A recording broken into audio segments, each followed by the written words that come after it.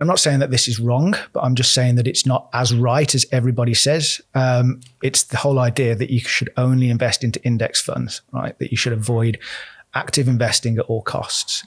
But it's not really a case You're breaking my heart here. Yeah, I was going to say, I know. Straight to the heart with an arrow. This is a very sensitive subject on this podcast. I'm not holding my breath like I'm reached into your chest. Yeah. But no, what I'd say is that it's not a case of active versus passive investing. It's a case of high cost versus low cost. Right? If you can get active management with the right price point, then that can be valuable, but only in certain sectors.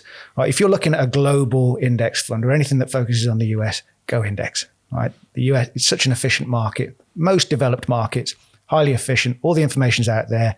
So actually trying to, paying money to try and beat those markets is a fool's game.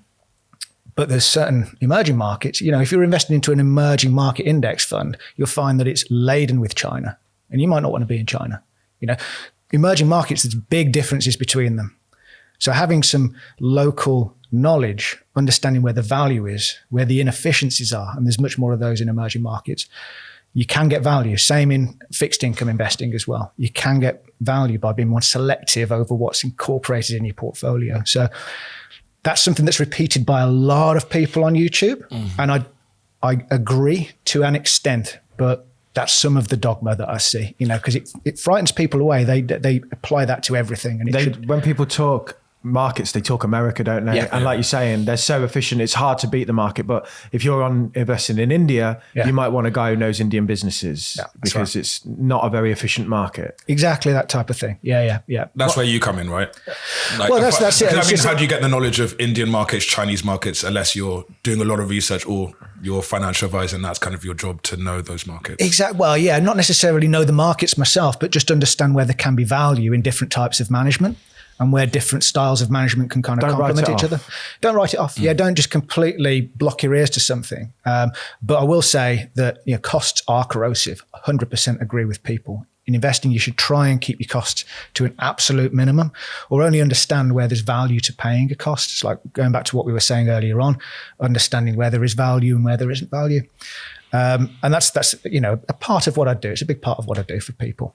And what about then the 4% rule, which is another thing that is like the Trinity studies waved in everyone's face. This is the idea too. That, damn it, I was go about on, to go on, mate. Appreciate you. You're a good friend. So I think it was based on the Trinity study originally, but it's this idea that you can draw 4% of a portfolio in retirement and that the portfolio will last you until you die. It's like a safe withdrawal rate. How much can I take off it a year and keep it the lasts? same? But I think over the years, it's become like, from like a 10 to 15 year retirement to, I could retire at 30 and draw 4% forever and it would last. It's become...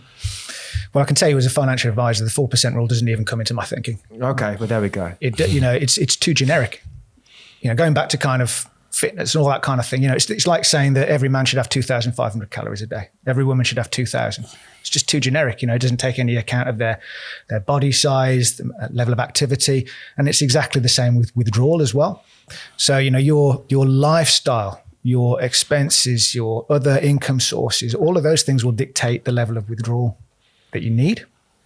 And what I see is that people spend much more in early retirement, or they want to spend much more in early retirement when they're active than they do when they're older. They spend less then. So, it's not a bad thing as kind of a general broad rule of thumb just to get started.